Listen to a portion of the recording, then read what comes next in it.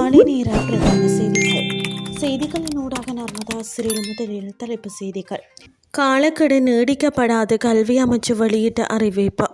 வடக்கு கிழக்கில் நிறைவடையாத அரசு வீட்டு திட்டங்கள் எடுக்கப்பட்டுள்ள நடவடிக்கை. பிரான்சுக்கு சுற்றுலா செல்லும் கனேடியர்களுக்கு விடுக்கப்பட்டுள்ள எச்சரிக்கை. இனி விரிவான செய்திகள். 2026ஆம் ஆண்டுக்கான பாடசாலை எழுதுபொருள் உதவித்தொகை திட்டத்தின் கீழ் பயனாளி விவரங்களை உள்ளிடுவதற்கும் சரிபார்ப்பதற்கும் மற்றும் பற்றுச்சீட்டுகளை ஸ்கேன் செய்வதற்கும் உள்ள காலக்கெடு நீடிக்கப்படாது என்றும் கல்வி உயர்கல்வி மற்றும் தொழிற்கல்வி அமைச்சு அறிவித்துள்ளது.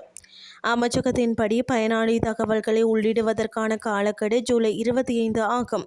அதே நேரத்தில் பயனாளி விவரங்கள் ஜூலை 27க்குள் சரிபார்க்கப்பட வேண்டும்.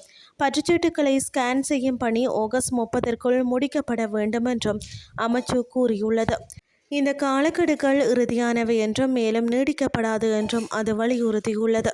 வடக்கு மற்றும் கிழக்கு மாகாணங்களில் பூர்த்தி செய்யப்படாத அரசு வீட்டு திட்டங்கள் குறித்து அரசாங்கம் ஒரு கணக்கெடுப்பை தொடங்கியுள்ளதாக தகவல் வெளியாகியுள்ளது.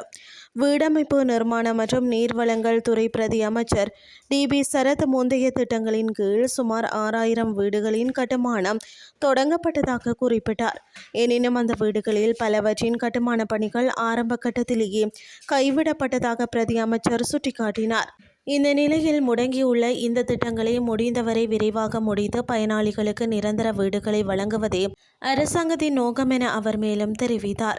அத்துடன் அடுத்த ஆண்டுக்கான வரவு செலவு திட்டத்தில் வீட்டு திட்டங்களுக்கான ஒதுக்கீட்டை இரட்டிப்பாக்குவதற்கான திட்டங்கள் நடைபெற்று வருவதாகவும் பிரதி அமைச்சர் தெரிவித்தமை குறிப்பிடத்தக்கது.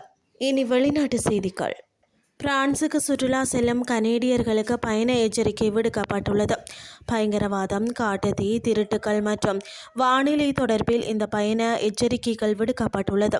நாட்டின் பாதுகாப்பை பலப்படுத்த பிரான்ஸ் அரசு ட்ரோன் கட்டுப்பாடு, சுற்றுலா தலங்கள் மற்றும் அரசு கட்டிடங்களில் பாதுகாப்பை அதிகரிப்பது போன்ற திட்டங்களை நடைமுறைப்படுத்தியுள்ளது.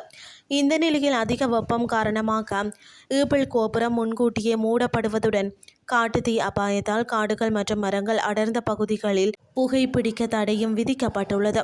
பாரிஸ் போன்ற முக்கிய நகரங்களில் கவனத்தை திசை திருப்பி திருடும் கும்பல்கள் நடமாடுவதால் சுற்றுலா பயணிகள் விழிப்புடன் இருக்குமாறும் கேட்டுக்கொள்ளப்பட்டுள்ளனர். எனவே கனேடியர்கள் பாஸ்போர்ட்டை பாதுகாப்பாக வைக்கவும், அதன் நகலை அறையில் வைக்கவும் மற்றும் அதிக ரொக்க பணத்தை கொண்டு செல்வதை தவிர்க்கவும் அறிவுறுத்தப்பட்டுள்ளமை குறிப்பிடத்தக்கது. இத்துடன் செய்திகள் யாவும் நிறைவடைகின்றது. அடுத்த இரவு 8:30 எதிர்பாருங்கள். நன்றி.